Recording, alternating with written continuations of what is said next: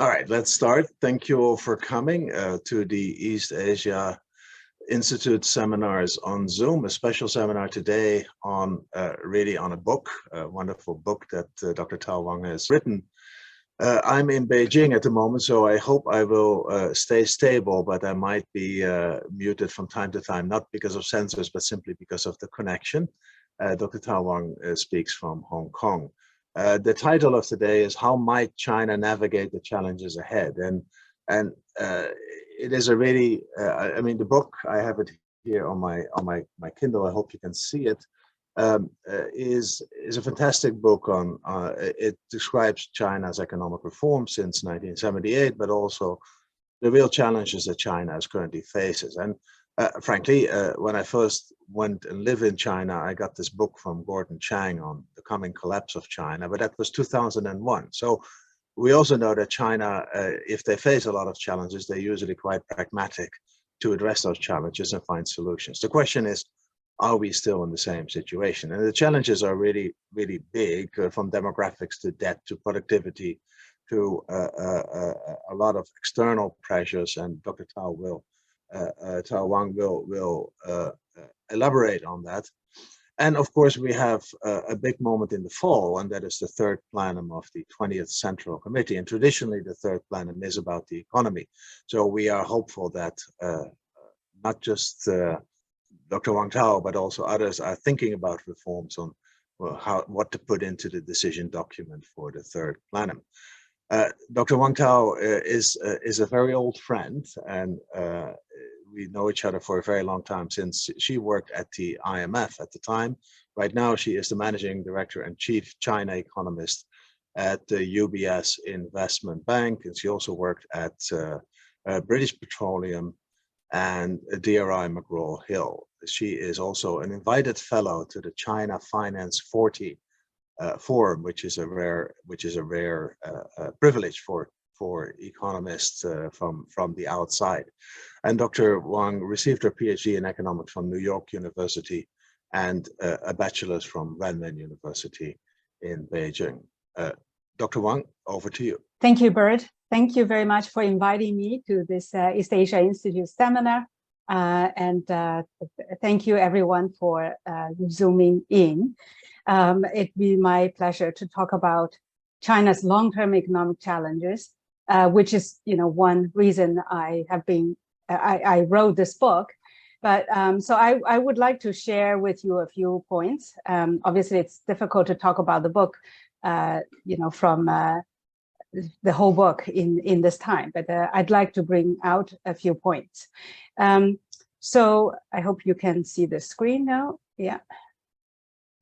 So basically, I think I want to talk a bit about my motivation and the key point, and then go on talk a bit about some common misconceptions that I try to address in the book. And I will also talk a bit more on especially the role of the state versus the market. I think that's a key question in people's mind when people think about China's future. And then I will highlight some existing challenges and some new challenges and how China might navigate that ahead. So on the motivation, I guess I have been in the market for as a financial market economist for 16 years. And so I've received questions from everywhere and about almost every subject. But some questions remain. Things like, is China going to collapse under a mountain of debt? How big is the property bubble? What about the demographic challenge? And so on and so forth. And of course, the investment bank report does not have the length to deal with these issues. I wanted to have a more comprehensive answer to these questions. The second part is that I have noticed that narratives on China's economy, on what's driving it, why it has succeeded, and so on in the past 4 decades, these narratives seem to have shifted in the last few years. And so because of political wins, because of media reports and so on. So I wanted to bring back a bit of a history and bring a sort of a historical view, but also a balanced narrative.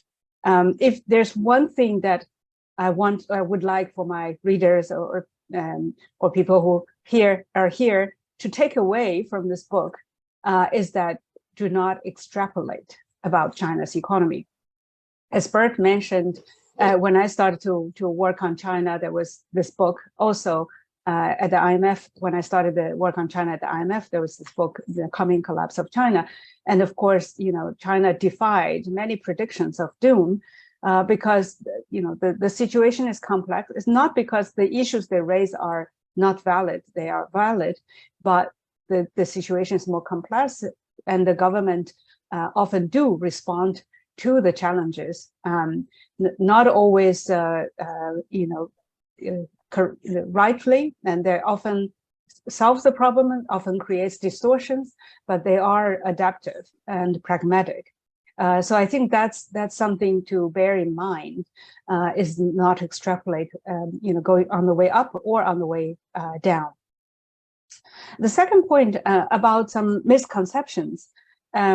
So there are quite a few, but I just wanted to maybe highlight one particular one, is that people tend to think in China policy is made top down, especially in the last few years. People tend to think policy is made top down. The government is monolithic, and policies, different agencies work in unison to achieve a single objective or a set of objectives set by the central government or even by one person. But the reality is more complicated than that, right? So I wanted to highlight 2 points. One is that policy and reforms are often not top-down. Sometimes they are. And government agencies often have competing interests. The second part is policies and reforms respond to issues, to challenges in the society, in the economy. They do not usually, they do not come out of the blue. So that's something to bear in mind. So on the first point, it's not always top down. So one example is the arguably most important reform since 1978 is the agricultural reform, where farmers got to the use rights to their land.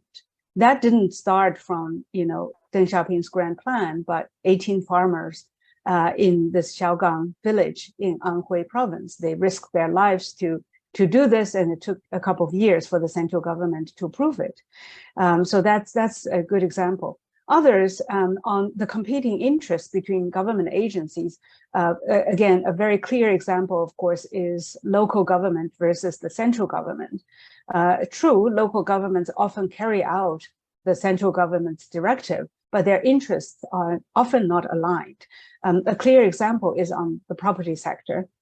So for the central government, they want to have enough housing for people, but they also worry about property bubble, affordability, financial risk associated with the property bubble, and so on. But for the local governments, they care more about their own career, their local economy, and their career and the local economy is linked, the tax revenue, investment, local investment, and so on and so forth. So, and they then, given that they provide land to the property sector as a monopoly, their incentive often is to push up land prices. They want to see the property sector in a perpetual boom, and this misalignment in interest often leads to policy-induced property cycles, because the central government wants to cool down the economy, local governments does not follow that, and then things seem to get out of hand. You have heavy-handed policy, then the economy starts to really go down, and then they have some reversal of the policy. So this is another example of that,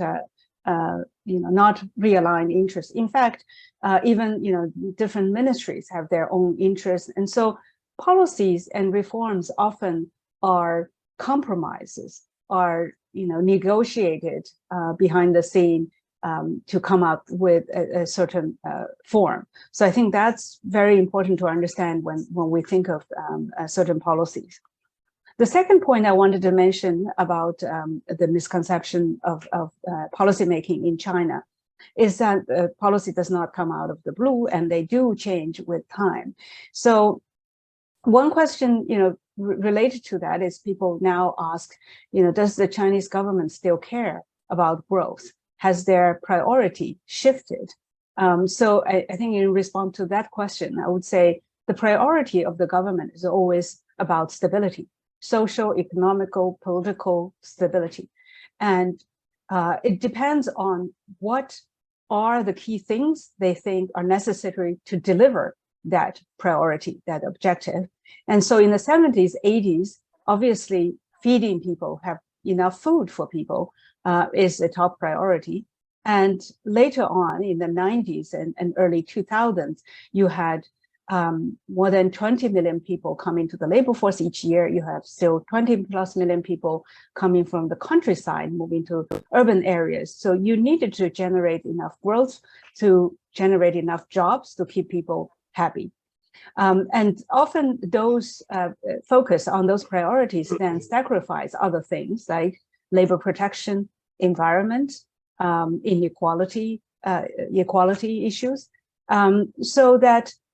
But as the economy evolved, as the economy developed, by the turn of the century, in the middle part of 2000s, I think China's many of these issues of imbalance has reached really to the peak. So in 2007, Premier Wen Jiabao talked about China's economy as economic development was uncoordinated, unstable, unsustainable, unbalanced, and so that's in a year when China's growth was at more than 14% of GDP growth, more than 14%, right? So then I think they started to think of rebalancing China's economy in the middle part of 2000s. That's also, I remember, at that time in early to mid 2000s, the World Bank came out with a lot of report about environmental degradation, about a lot of the issues in China that they need to focus on. And they started to look into that, right? Of course, the global financial crisis kind of delayed that and derailed that a little bit. But I think that later on, they talked when the government come up with policies of abolishing agriculture tax, when they reduce subsidy to the state-owned sectors in terms of energy subsidy, when they expand social safety net and so on, those kind of policies. And when they mentioned, when they first proposed common prosperity, those are in response to the challenges at that time. Because I think the middle class wanted different things. They wanted a better air quality, safety of food and drugs, and better higher wages and better labor protection and social protection and so on and so forth. So this is just another example on that misconception. Another point I just wanted to very quickly on the misconception part, I think is more recent, that in terms of what has driven, what was the single most important factor for China's success story in the last 40 years. I thought it's relatively clear, at least was relatively clear until about 10 years ago. But in the last 10 years, I think I have seen people simplifying the China's success story, reducing it to either demographic dividend or joining WTO. And more recently, in the last few years, there seems to be an emphasis both within China and outside of China about the role of the government, about industrial policy, from the outside of China, people think, and in the US think that's unfair. We're going to do it as well. But on that part, I think in the book I wanted to show that it's very clear since 1978, the most important thing that has driven China's success is, of course, reform and opening. At the beginning of the 1980s, China had almost 100% state control. Industrial policy was so detailed that it was really choking any economic freedom of economic agents and so on. So precisely, it's when China moved away from that, introduced the market forces, introduced competition, welcomed foreign investment and foreign trade, where China was able to being able to utilize its demographic dividends and use its cheap labor, and so on and so forth. So that's not. So I also wanted to mention when people. This chart will show you when people say, "Oh, China grew after WTO," so that's way too simplistic. Many countries like India joined WTO before China. That does not guarantee, rapid export growth or economic growth, right?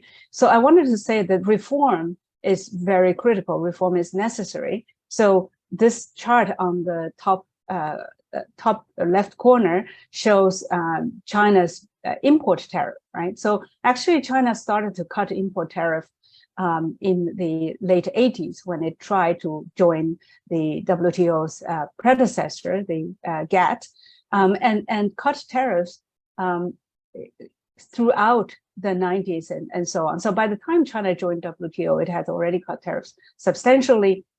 That's just an example, a proxy for the reform. There are many other reforms, trade reforms to break the trade monopoly into allowing companies to be able to export and import, and also foreign exchange rate reforms so they can get the foreign exchange the proceeds in dollar terms. Of course, enterprise reforms and so on and so forth. So that's a very important factor.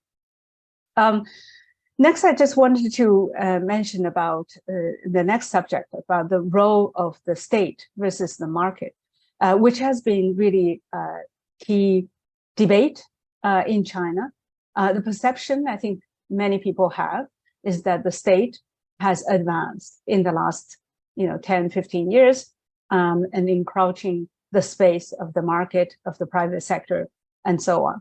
So there are a number of ways. I just wanted to show you, what is the reality here and why do people have that perception? Is it really true that, China, the state will gain more power and have more control over the economy going forward? The simple answer is that I don't think so, not necessarily. And so the way to gauge the role of the state versus the market, I think there are a few things, right? The state ownership is the share of the state ownership in the economy is a very really direct way of looking at it. Also, how are economic activities managed? Is it through visible hands or invisible hands? Through planning or the market? How are resources allocated? State, the government, or the market? And the role of the industrial policy, but also the role of the government in terms of providing public services and social protection.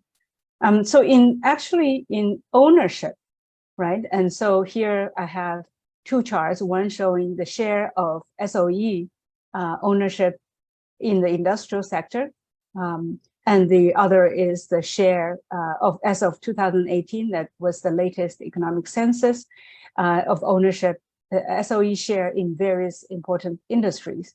You can see that throughout the 90s, 80s and 90s, the state ownership declined as part of the overall economy very sharply. And then since sort of the middle part of 2000s, the share has not really changed much. It's been relatively stagnant. So it's actually not true that the state has gained more ownership of the economy from that point of view, right? If we listen to media and commentators, we would get the perception that the state ownership is just rising, taking over more and more part of the economy. And from this chart, you can see that's not quite the case. Of course, they have stopped declining also. So that's true. That's a reflection of that SOE reform has really stagnated in the last 10, 15 years. And in terms of the SOE shares in other sectors, so in some sectors, it's very dominated by the private sector. That's, wholesale, retail, and lodging and catering, things like that within the services sector.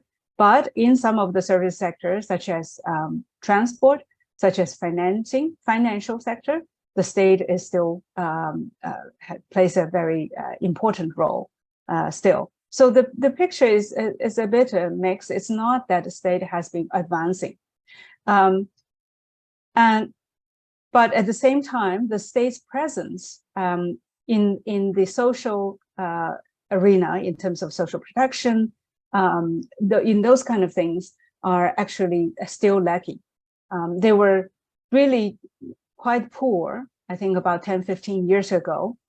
Since then, the government has made a lot of progress, but even today, compared to OECD countries, China's share of social spending in their budget is really very small compared to other countries. So this includes the social spending include pension, healthcare, social housing, and also cultural education, things like that, right? So the government actually is not as present as some other non-socialist countries in this area.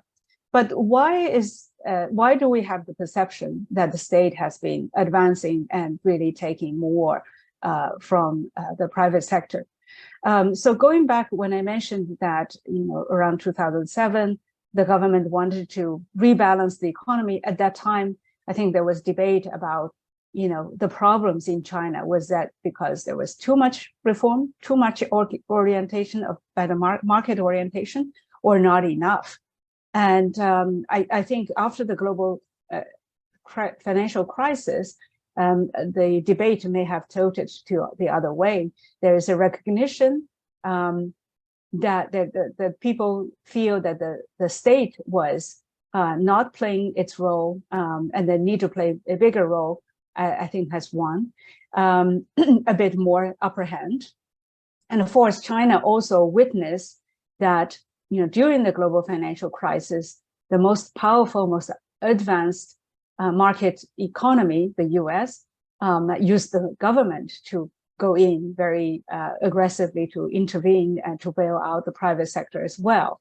And during the global financial crisis, of course, the China rolled out the 4 trillion stimulus, which meant that the government, especially local government, played a very big role in investing in infrastructure, in bailing out the overall economy, and so on and so forth. But nevertheless, I think in 2013, Bert mentioned the third plenum. That was the 18th Party Congress, third plenum, that came out with a very extensive reform plan. And one key phrase in that big reform document was adjusting the role of the state versus the market. The state, the China was to allow the market play the principal role or dominant role in resource allocation, and the state was supposed to exit from certain areas. The state should also increase its role in providing social protection and things like that, as I mentioned. So what happened since then is that the state did increase its role in pension, in providing more public services, in more regulation, including in the environmental area, in the platform area, anti-monopoly area, and so on and so forth. But what it has promised or planned in terms of letting the market play the dominant role in resource allocation, the state was supposed to exit some of the industries. That did not really see much progress, unfortunately. So I think, and also given that there's more regulation, but resources in terms of capital, land, those kind of reforms, the financial sector is still very much dominated by state-owned banks, which favor state-owned sector. Local governments is very much present in the economy, allocating land, approving projects, and so on and so forth. So that does give people the impression that there was not a two-way adjustment, but it's just one way that the role of the government has increased, even though the state-owned ownership share has not increased. So how does this move forward in the future? I think some people are a bit worried that the state will take a bigger control. I think in the regulatory area, I do see the government have a stronger hand in many of the areas, in terms of environment, data, and financial sector, and so on and so forth. But in terms of the share, state ownership share, I don't really necessarily think so. For example, people worried that the property sector is going to be taken over by state-owned developers and so on. But the property sector is very large and until now still very dominated by the private sector. I don't think the government has the desire or that kind of capital to take over the property sector.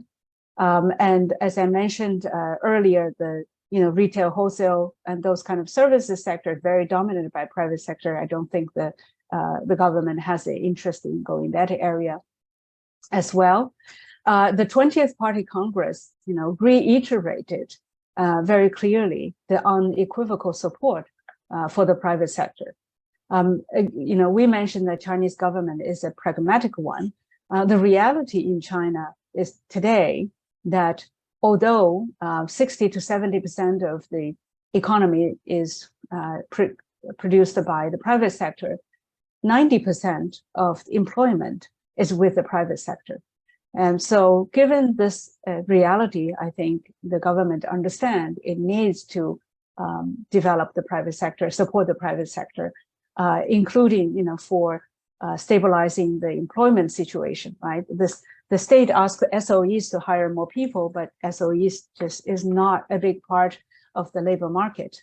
So that's on this topic, right, that I'm hopeful. So very quickly, I just wanted to go through some of the challenges.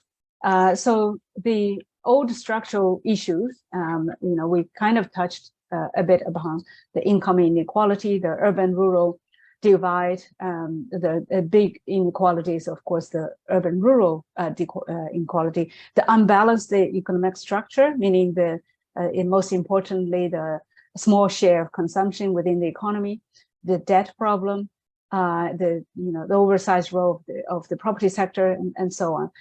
These are just a few charts showing the problem. So the inequality, the Gini coefficient, rose very sharply until the mid part of 2000s, and then since then it has come down a little bit, but it's still very high. So there's definitely a clear recognition of that issue. The urban-rural income gap again expanded very much until about 2010 or so, 2011. Again, the authorities made some effort to try to reduce that gap, and the gap is still quite large. In terms of the consumption share, it is very low, even by historical standards, compared to other countries in a industrialization stage. During a stage of industrialization, those things kind of consumption do fall, but China is especially acute, this problem. I won't go into the details. We can talk about that later. The debt level, China's overall debt is about 300% of GDP at the moment. The property sector in the first decade of this century contributed 1/3 to GDP growth. It has been, one of the most important engine of China's growth, and that, of course, is not going to be the case in the future. That's the old challenges. Some of the new challenges, one is demographic headwind. Demographic headwind, of course, is not a new challenge. I mean, it's a challenge coming for some time. It's a slow-moving challenge. People just became more aware of it and more alarmed because China started to see total population decline. And then the birth rate has come to a new low. Another new challenge, this is relatively new, is that while China is now a more developed economy compared to before, and so there's greater need to innovate, China is facing more technological restrictions, severe ones in certain sectors by the US and other advanced countries. So that's a big challenge for China. And of course, there's decoupling pressures, out of national security concerns by the US and some of its allies as well. So these are some of the new challenges. So that makes people, question, given all these challenges, can China still sustain a modest or moderate growth in the future? A few weeks ago, the Economist came out with a cover called Peak China, right? So quite alarming title. I don't think China has peaked in terms of, its per capita GDP level or its share in global economy or share as a per capita GDP as a share of the US level in terms of catching up. But in terms of growth rate, yes, it has peaked some time ago. China's average growth until 2010 or so was 10%.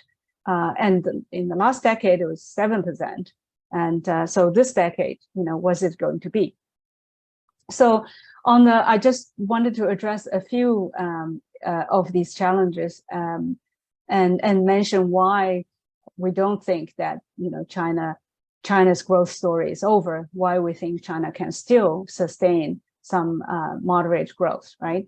So in terms of the demographic challenge, so the one thing I wanted to mention is that there is still room to transfer some surplus labor from rural area to the more productive areas, right? So China's working age population declined by 40 million last decade. But I don't think people really notice that because urban employment has still been rising. So in China, still more than 20% of total employment is in agriculture. And agriculture does not need that many people. They are there not because they're needed, but because they don't have better opportunities elsewhere. In OECD countries, on average, farming employment is about 3%. Some countries higher, maybe 5 or 8%, but on average, very low. Granted, not everyone can be transferred out of the agriculture, especially the more elderly people, but it's not that pool is not exhausted. At the moment, certainly China is not, facing this binding constraint of lack of people, right? You probably heard and read the news about China's youth unemployment at 20%.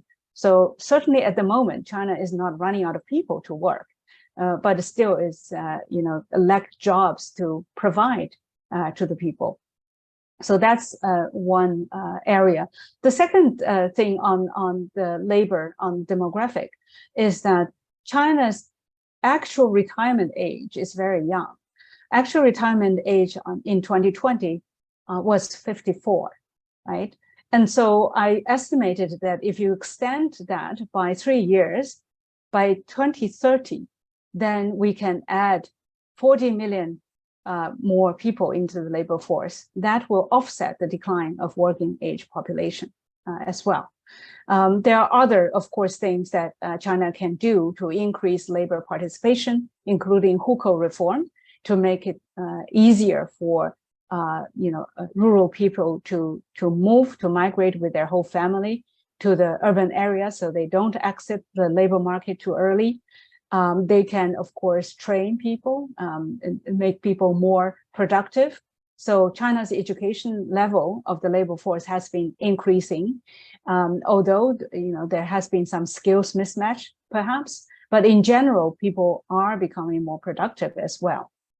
So I don't see the demographic challenge for this decade becoming a binding constraint for China, even though, as I mentioned, there needs to be some structural reforms to fully utilize that labor force. In terms of challenges on the technology front, so I think that China indeed faces this the big challenge of tech restriction. China, of course, will respond by increasing its own investment, increase R&D spending, which has been rising pretty fast, and use a lot of money to try to develop its own technology in semiconductors, in other areas that it faces restriction.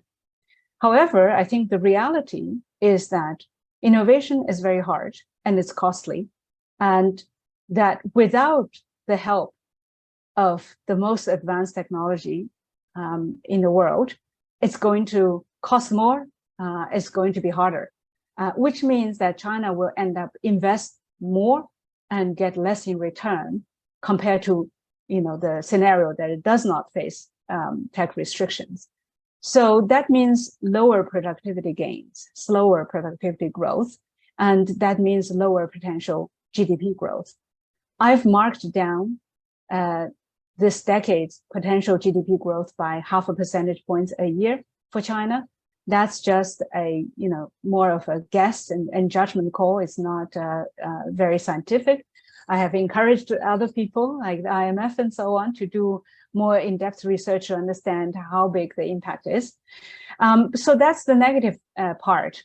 But I also have a glass half full story, which is that I think on, outside of these technology in the frontier, the most cutting edge technologies, there's a vast space for China to move up the technology scale and to move up the value chain in its manufacturing, in its services, right? And that's about using mature technologies more broadly, applying that more broadly in the economy. And so if you look at China's, per capita GDP as a share of the US, it's less than 20%. That's also a proxy of China's productivity level. It means that it's still far behind in many of these areas. And so that means a space to catch up. That could include more use of automation, more robotics, digital economy, digital technology in smart manufacturing, smart services, and so on. And of course, there's also the green transition that China has to embark on. China's current economy production is still quite pollution intensive, emission intensive. China has committed to move to net zero, and to upgrade its and clean up its production, it needs a lot of investment. I have a chart here showing China's per capita capital stock, because there's a common understanding that China has invested too much. There's excess capacity everywhere. It may be true in some of the sectors, but it does not mean that it has no space to invest anymore. In the areas I just mentioned, there's still a lot of space to invest, to upgrade technology. So as I mentioned, China has been increasing its spending on R&D. It's now spending as much as the US and EU on R&D. And China is now putting in more industrial robots than anyone else in the world as well. So in that space, China has the market, has the capital, and the market is important because anything they upgrade and so on, they can monetize it in this very large market. They have relatively cheap, very skilled engineers and labor as well. So I think that in that space, I'm fully confident that China can still upgrade and move up the technology chain, right? And so, tech restriction is hurting, but China still has space to grow. So what's the, quick conclusion on that front? So despite the challenges, my own forecast is that China this decade, so 2021 to 2030, can still grow by 4 to 4.5%. Barring any major, shocks, of course. So 4.5% doesn't sound much, but that will still make China the biggest contributor to global growth, because China is a $17 trillion economy. Growing at that pace obviously contributes the most still to global growth. That means there's still a lot of opportunities there in various sectors.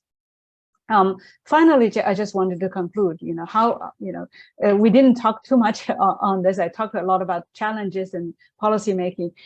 How does China navigate these things? I kind of mentioned a few points in the presentation. But for me, I guess the most important challenge ahead for China that could, it's a challenge, but it's also, a response to the challenge is, can the government remain pragmatic, open, and push out some of these very tough reforms, including the hukou reform, labor market like pension reform, extension of retirement age.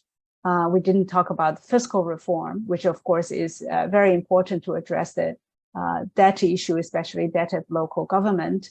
Can they, and state-owned enterprise reform, which basically make them, we know that probably China will not embark on mass privatization, but making state-owned enterprises acting more like other market participants, more competitive, and leveling the playing field for the private sector, and grant them equal access and so on. Can China push through these reforms, which are, highly political and very challenged in the future? I think some of the reforms will be done, not all. So I do think there will be, some progress. So in my 4 to 4.5% potential growth scenario, I have incorporated some of these reforms, but not all. I don't expect major SOE reform, for example. I will stop here. I think I've taken about 40 minutes of time, and I'll be happy to answer some questions. Thank you very much, Tao. This was really interesting, and you end on the most crucial point, and I want to drill a bit deeper on that, on the pragmatism of the economic policymakers, because unlike in the past, there is now quite a dominant, more ideological stance from the government. There's a lot of Xi Jinping thought around, and it seems that a lot of the policymakers are looking at Xi Jinping thought before anything else, before innovating in policy. So where does your relative optimism come from? How do you see that there's still a pragmatism in the Chinese economy and the Chinese government? I think, of course, there are concerns, and I have had my concerning moment as well. But I go back to the 20th Party Congress, right? And this is a document, the work report. This is a document that set the agenda and the tone for the next 5 to 10 years. And I was comforted by the fact that in this document, before it came out, there was a lot of worries. But this document basically reiterated the market-oriented direction of China's economy and reform. It reiterated all the things about unequivocal support to the private sector, and also about resource allocation, the market playing the more dominant role. So that, I think, is important, that despite recent changes, the party and the government is still committed to that direction. So that's one. Secondly, as we saw that after the Party Congress, the government responded to the challenges in the economy at that time, which is reversing and changing the COVID policy, and then also changing the property policy, property tightening. So property and the lockdown were the two constraints for the overall economy at that time, and they addressed that, and we then are now today, of course, in this recovery after reopening. So I'm looking at some of the evidence of their actions, and again, I think the party report also mentioned the focus on economic growth. Economic development is still top priority. So I think looking at what the government wants to achieve over the medium term, I think they will still be relatively pragmatic and respond to the challenges. Thank you for that. Dr. Sarah Tong has a question. Thank you, Dr. Wang. It's very comprehensive and well-rounded discussion. I learned additional things from the last time I saw you. I have a few questions. Let me just ask, I think, three of them. Number one, I think this is a question many may have during our earlier meeting on Tuesday on the renminbi issue. So there are a lot of actions going on. Recently, I think yesterday, there was a issuing of renminbi denominated debt in Hong Kong. So just to want to hear your views or your thoughts on that renminbi internationalization actions. Number one. Number two, local government debt. We've seen a lot of discussions recently, especially a few localities seem to be crying out loud on their issues about how to deal with that. And local government seem to be in a very, very difficult situation in terms of paying interest and doing more things for their local economies. Lastly, yesterday I saw some report from Bloomberg. There's a talk about the government is in discussion or is on the way to issuing policies for the economy this year.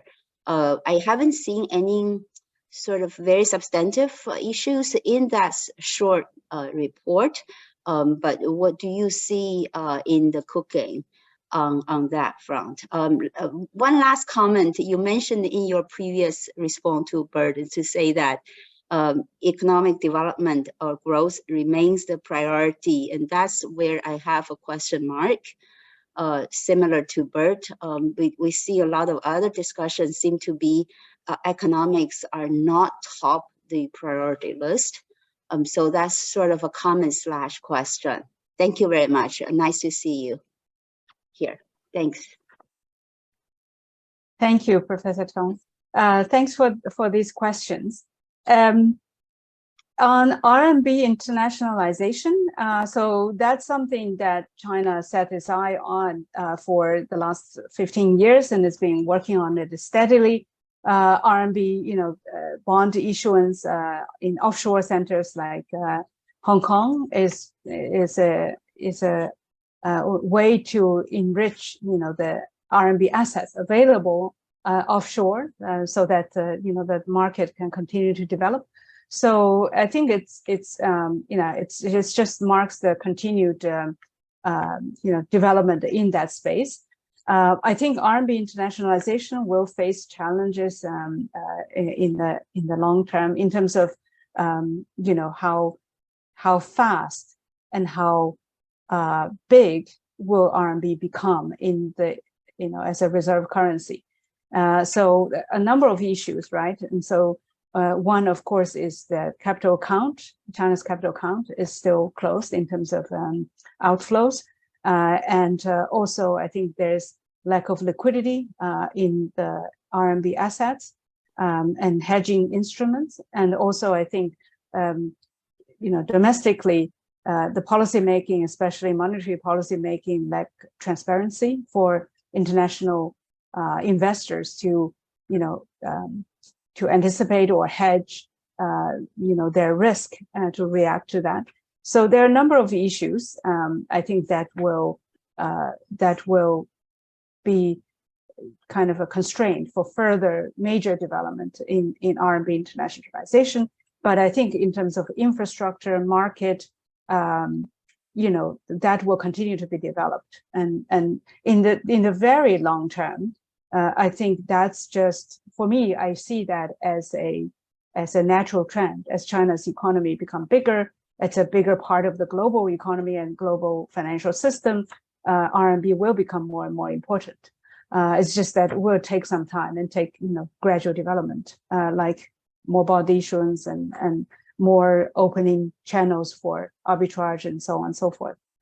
On local government debt, yes, I think they are so China's total government debt is probably about 90% of GDP. So it's, it's high, but not exceptionally high by international standards. But unfortunately, most of their debt sits with local government, and some local governments just do not have the ability to pay or at the moment, especially since at the LGFVs, the local financial vehicles, they typically have relied a lot on land sales, on property-related revenue, and now that market, of course, is in deep trouble, so they have a cash flow issue to service their debt. So our judgment is that, you know, that a lot of these local government debt issues, so a lot of the local governments and LGFVs will have payment issues, but we're not going to see a large amount of default because there will be restructuring behind the scene. I mean, we are already in June. We have seen cries. We have not seen a lot of defaults. That must be because they have been restructured, extended, and so on behind the scene. I think that's the short-term solution for the moment. Of course, it would be ideal for the central government for the short term to come up with some plans to reduce the interest payment burden of the local governments by swapping them into a longer term bonds or longer term debt, or by taking, you know, by higher level of government, like provincial government taking over the debt of LGFVs and so on and so forth. But I think it involves a lot of moral hazard issues. So the government's very hesitant. I do not see, I know that some people in the market say the central government is going to issue special government bonds and bail them out. I do not see that coming. I think the restructuring and some kind of swap is probably more likely. And then in the medium term, I do think the central government is pressuring local governments to sell some of their assets, because many local governments have assets, have good assets to sell. Not all, but some of them do. But local government's interest is always kick the problem to the central government or higher levels of government, keep the assets with them themselves. And so the higher level governments always want to, you know, they don't have information symmetry, right? So there's an asymmetry there. So they want to pressure local governments to, as much as possible, solve their own problem. Over the longer term, there are discussions of how to solve this problem, because local governments cannot, in the future, you know, 10 years down the road and so on and so forth, you know, rely on land sales and so on. So they need other sources of revenue. So there has been talk about, you know, fiscal reform and giving local government more tax authority and so on. In my view, so that is probably not very realistic. In the long term, I think local governments will just have less funding, less resources to invest in the local economy. And so their involvement in the economy will decline, and their involvement in infrastructure will decline. And so indirectly, that's the retreating of the state in the economy to some extent. And I think that's probably more real, more, you know, more attuned with reality down the road. The third question about the stimulus. So I think the government is always in discussion about policy. I think it's they are always, you know, have their fillers out doing meetings. I now see the market have, you know, every day, oh, I was invited to a meeting, or someone there has a meeting somewhere. I was thinking there's a meeting always somewhere within the government, and they are always monitoring what's happening in the economy. You know, if some measures are needed. I think at this stage, yes, I think the economy is slowing. We will have data released very soon, if not already out, for May. And there's some worrying trend. I think the authorities probably are thinking of additional policy support. And so we had a small rate cut, you know, the day before. That's probably a symbolic move and probably signals additional easing coming. For me, I think it will be important for fiscal to play a bigger role. So at this stage, the private sector, the corporate sector, confidence is low, their performance is low. They do not have incentive or even cash to invest. So if the government sector can increase its spending, both for consumers and infrastructure, that would be great. I don't think they will for consumers. So I think probably more funding support for infrastructure investment is in the pipeline, and also more easing of the property sector in terms of reducing restrictions, purchase restrictions in tier 2 cities, further lowering down payment requirement, lowering mortgage rates, and also more funding for developers in finishing the stalled projects and so on. So these are some of the measures potentially in the pipeline. In terms of economic growth, economic development priority or not, so I think, in the 90s and 2000s, early 2000s, perhaps it's growth at all costs. And that may seem, there was a minimum growth target at that time. But I think China, in reality now faces more constraint. And so people ask, why isn't the government coming out with the big bazooka like they did in 2009? First of all, I think, maybe it's not needed. Second of all, they do not have the policy space they had in 2009. Debt is at 300% of GDP.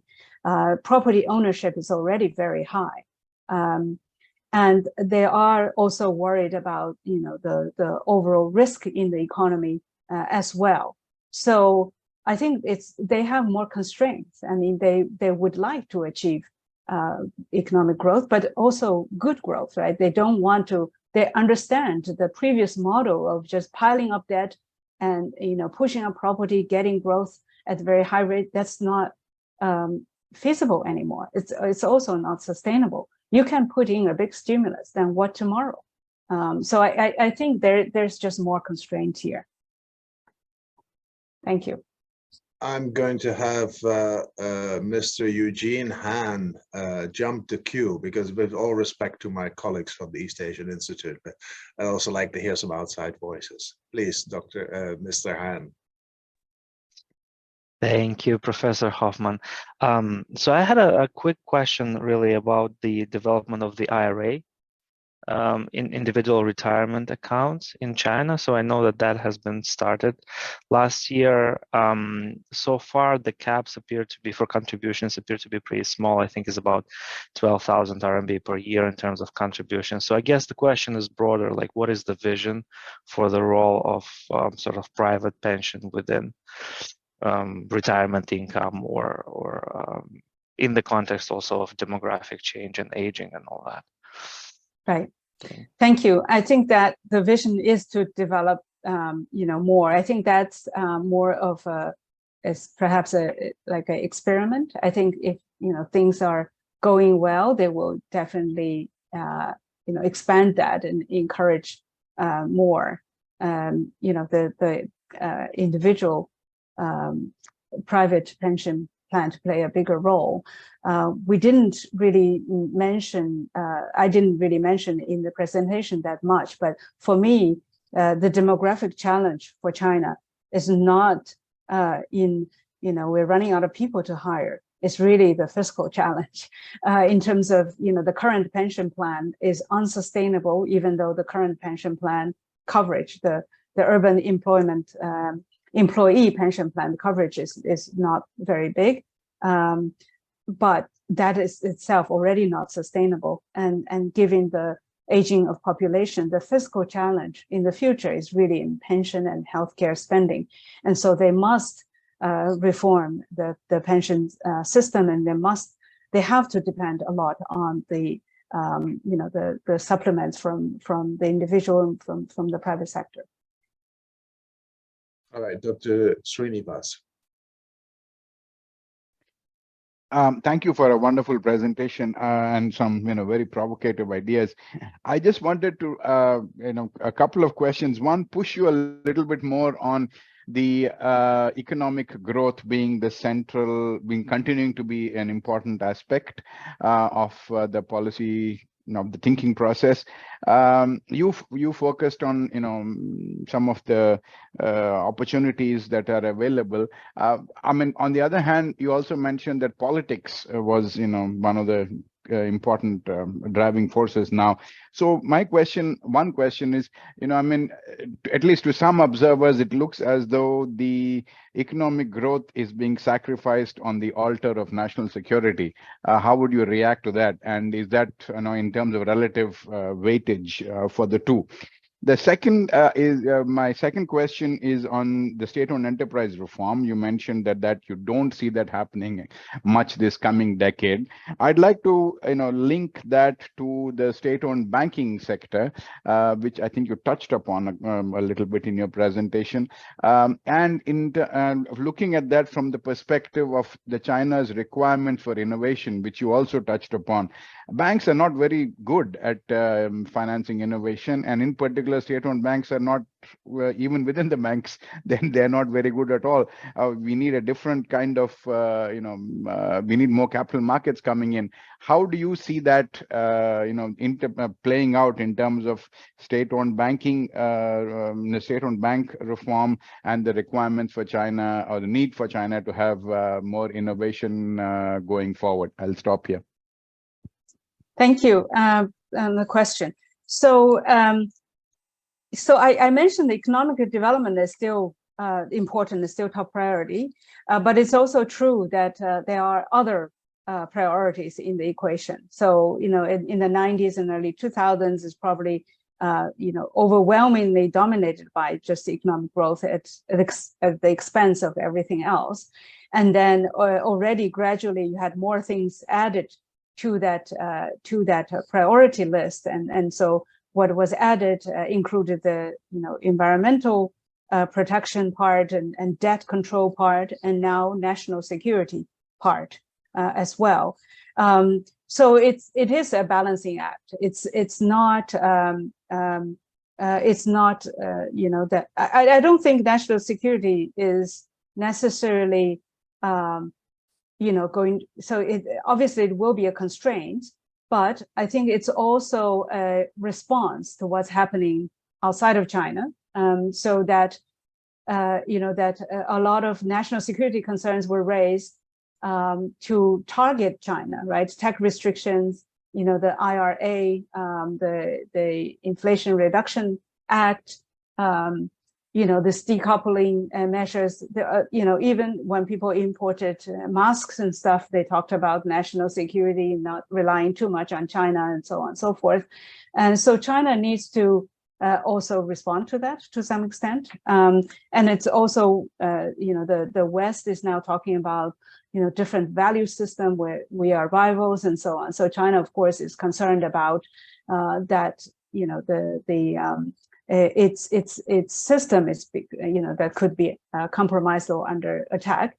So it's responding to that. I think it's a bit natural. It is, one additional constraint, but I don't think that national security is number one priority. So national security at all costs of economic development, because China is still insisting on, that China wants to open further, wants to invite more FDI, wants to, be active in regional cooperations when the international part is progressing slowly. So I don't, I see that as a constraint, but I don't see that as the top priority, sacrificing economic development. So even in developing its own technology and so on, that's because China is now facing restrictions, not being able to access some of that. So then it has to emphasize on that it has to have its own. On the SOE reform, and so I think SOE reform will, there will be some SOE reform. I just don't see major ownership change and so on. It's probably going to be things about, making them more cost effective and making them more competitive. If I'm hopeful that there could be reforms to introduce more competition, more equal access to the private sector, and that will help SOEs to behave more like other participants. On the state banks, on the banking system funding innovation, you're right, the banks are not very good in funding innovation, but no banks are. To some extent in China, it's probably better because they are not answering to the market, quarterly, performance as much as these listed banks, and so they can invest in long-term funding if the governments direct them to, and they do. But China is developing capital markets, right? Tried very hard to develop capital markets to help fund innovation. So that's that's why they have the technology board and small enterprise board and so on that geared towards funding startups and innovative innovation. The government has, of course, also come up with these national funds in certain areas.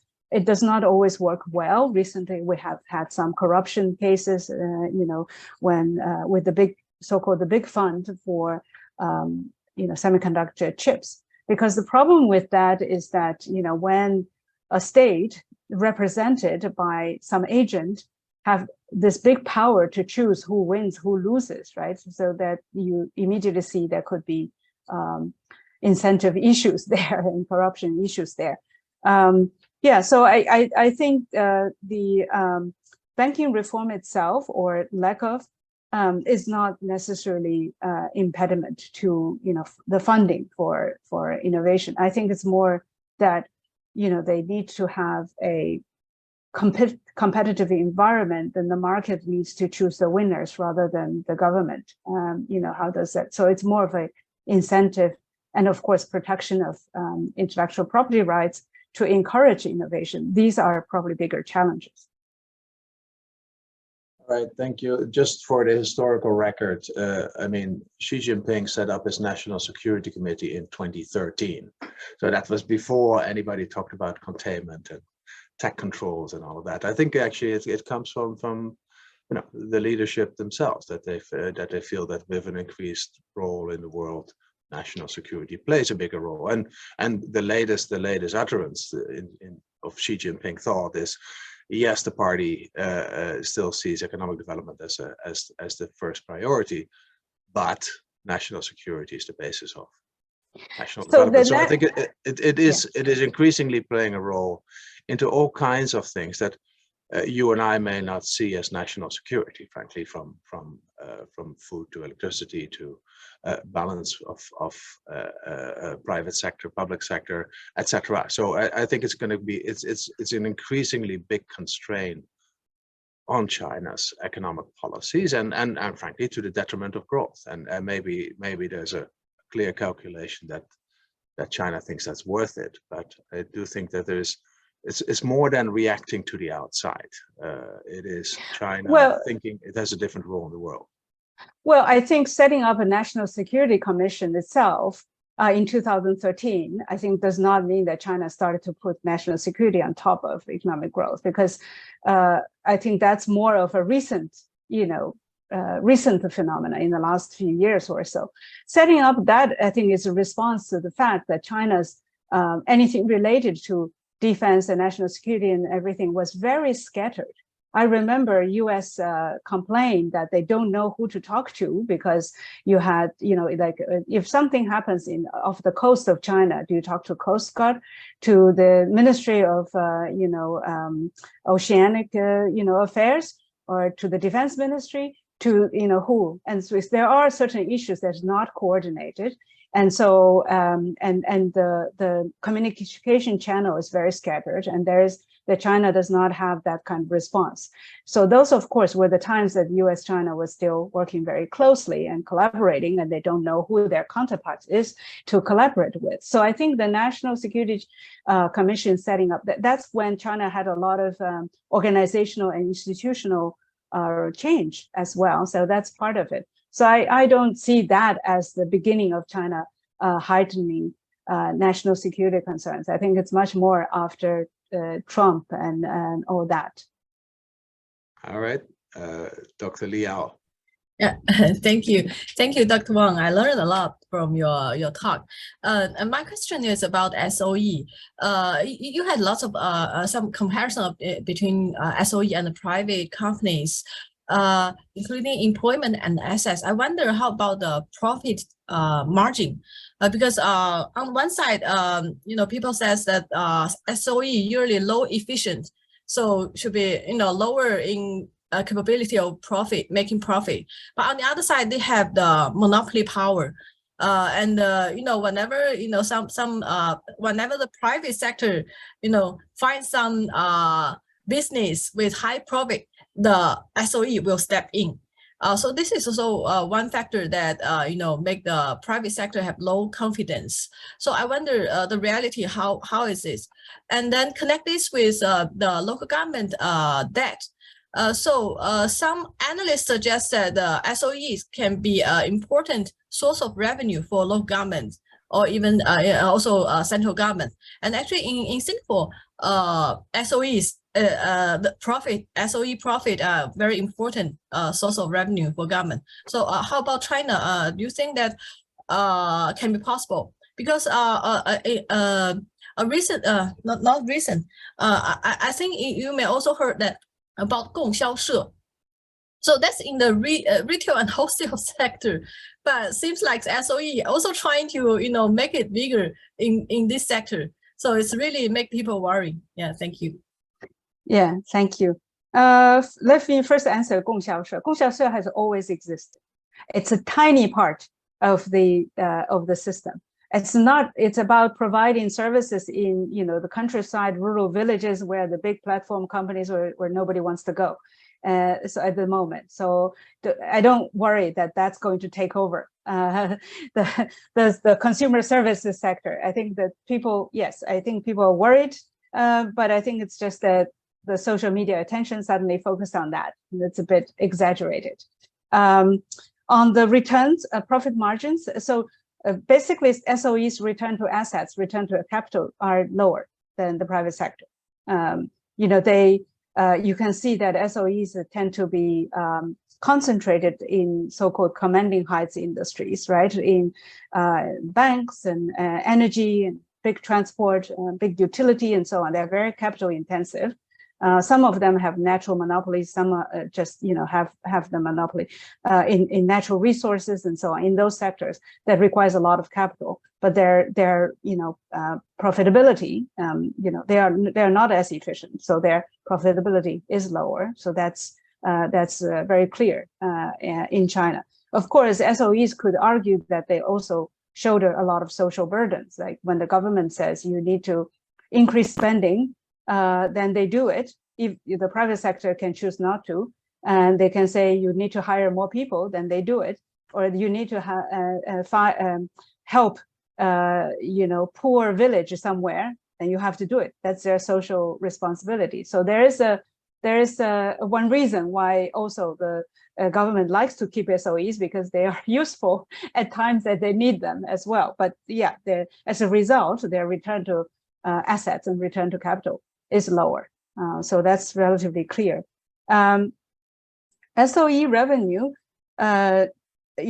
so I think many years ago, almost 2 decades ago, IMF and the World Bank actually argued that SOEs should pay dividends. They are state-owned, they should pay dividends to the state. And because before that, they didn't. They started to pay dividends from 2008 onwards. However, very few people know when they pay the dividend to the state, only a small portion goes to the state budget. The majority is kept within the SOE operating budget, which means they're still used on SOEs. So for the SOE revenue to be, given to the state, it should give to the budget, the general budget, should be used for social spending, for pension, and so on and so forth. So they have not. And I think that an important reason is SOE themselves are a powerful political force, and they are resisting handing in their dividends to the state. Is it possible? It is, but it's another political battle and another reform. to push ahead. So I think so far what has happened is that they have transferred some SOE shares to the national pension funds. But I think that begs the question: can national pension funds help to send, if they are the big shareholder, can they send their director to the board of SOE to help corporate governance in SOE, or is it still going to be managed by SASAC or the Ministry of Finance or so on? So anyway, I think there's still it's possible, but it's going to be very difficult. Well, they need a Temasek in between, but yeah. Look, the rationale for retaining a lot of earnings, and mind you, private enterprises don't pay much dividend either in China, which is quite remarkable. So the profit share in GDP is something like 22%, which is quite ordinary. And the retained earnings, or the savings, corporate savings, are 19% of GDP. So there's very little in terms of either taxes or in dividends. If you grow at 10%, then you need those reinvested profits to continue to grow. That makes sense. If you grow at 3 to 4%, there's absolutely no reason to keep it in those enterprises, because they need to, they don't need the financing for growth. Anyway, that's a footnote from my side. Professor Christine Wong.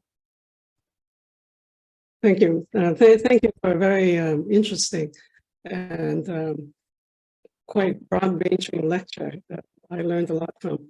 I want to come back to the issue of fiscal policy. Well, this surprises many people in the audience, I know, but you mentioned that fiscal policy needs to play a bigger role.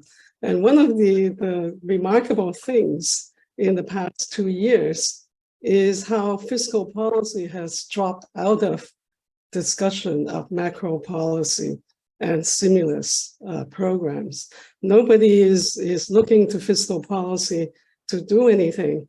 And that, the fact is that fiscal policy has been very, very weak.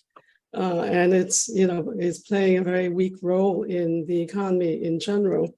But that's because fiscal policy has become really incoherent over the past few years.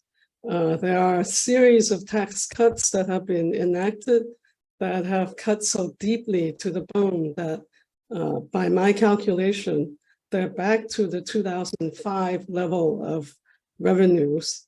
That was before all of these social spending programs were introduced. So in fact, government is not collecting enough revenues to pay for the services that they have committed to providing.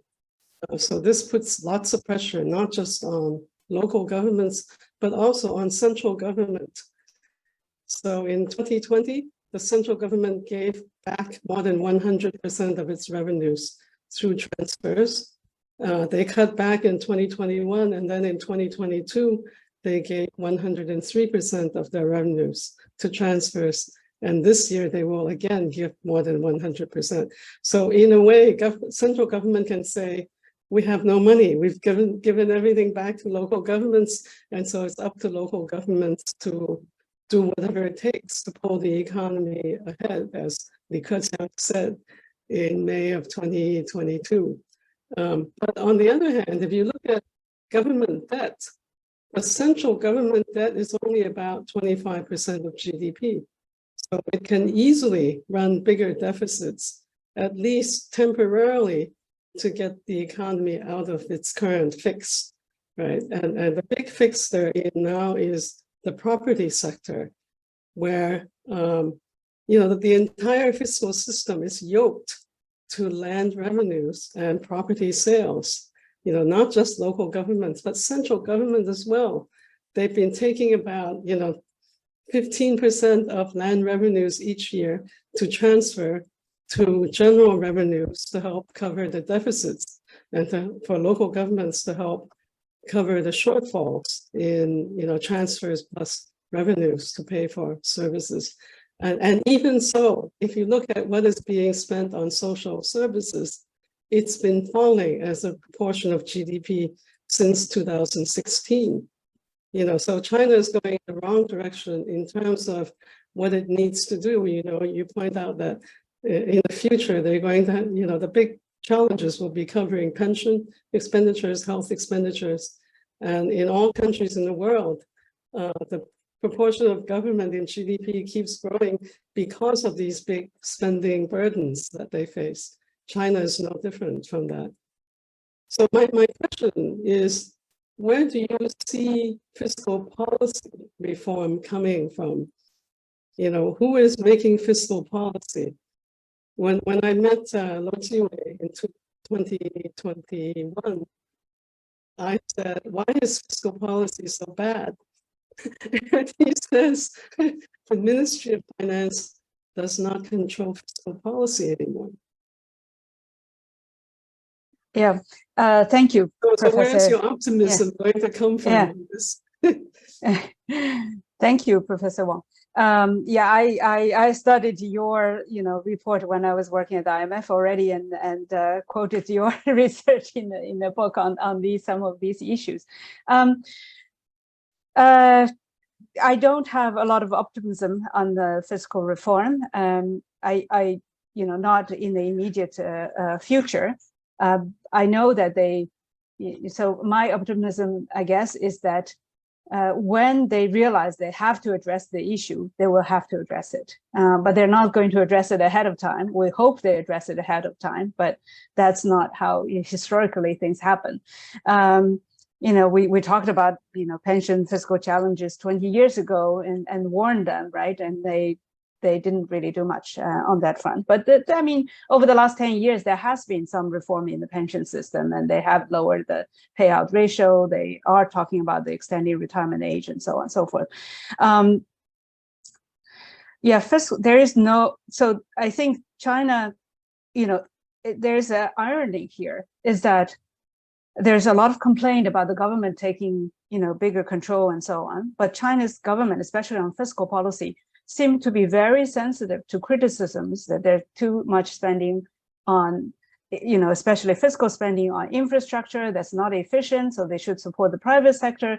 So in the last few years, they opted to give tax cuts to the corporate sector, to private sector, as a way to boost the economy.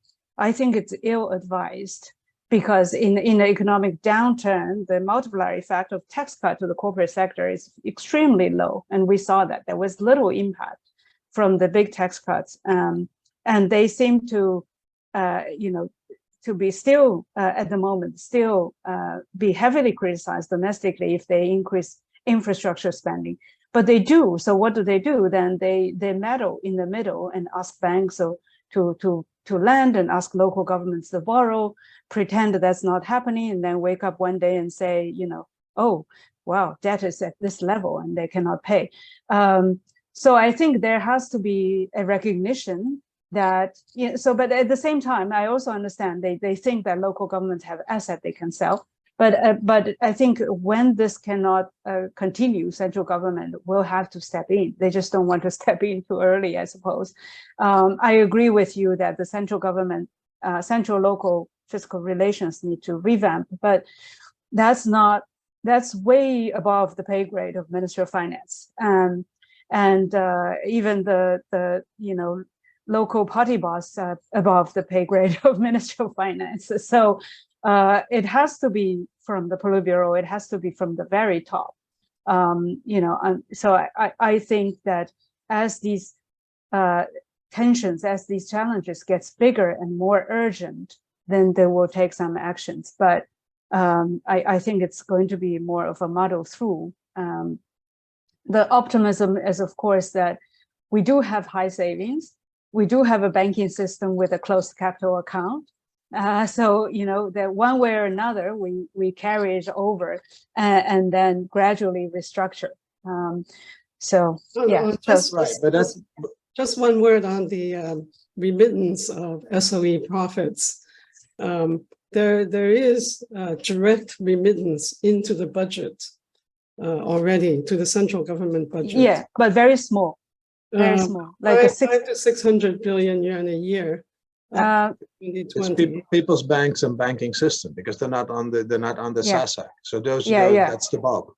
But also, I think they get some remittances from the tobacco. Right. That may also not be So under- anything not under SASAC, yeah. Okay. But I mean, Tao, I think you made the right remark. So in a way, there is no tax base, but there's still a lot of government spending. So there's the muddling in between. And of course, de facto, who pays is the depositor of China that doesn't get any returns on its deposits. And that's a temporary issue. But the long-term issue, of course, is quite devastating because you continue to have very inefficient investments that don't deliver the returns, and therefore the debt has to be restructured, and that is being placed on the burden of the depositor. So basically, financial repression is financing inefficient expansion. The only solution for that, I think, is a systemic change. But I agree with you that very few people would see this and would like to go to battle for doing so. I mean, Christine and I, we are old enough to remember the '94 reforms, and that was literally a battle, and Zhurongji hammering on the table in provincial capitals that it had to be done. I don't think there is any sense of crisis. So it is a Japan type of crisis, slow, low return economy, which increasingly delivers less on the promises made. You mentioned the pension system that is now paying out 45% of the last wages, more or less, in the urban system. It was designed to be 75%. So it's just erosion of the benefits that would help, and a shortfall in the rest of the social spending. Anyway, I think we can debate this for a very, very long time. We have for 1.5 hours. Thank you so much, Dr. Wang, for joining us, for giving us a very clear presentation and almost an executive summary of your wonderful book. I recommend everybody to buy the book and to read more of the detail, fantastic, quantitatively underpinned analysis of all the key issues in China's economy at this point in time. Thank you so much for joining. Thank you.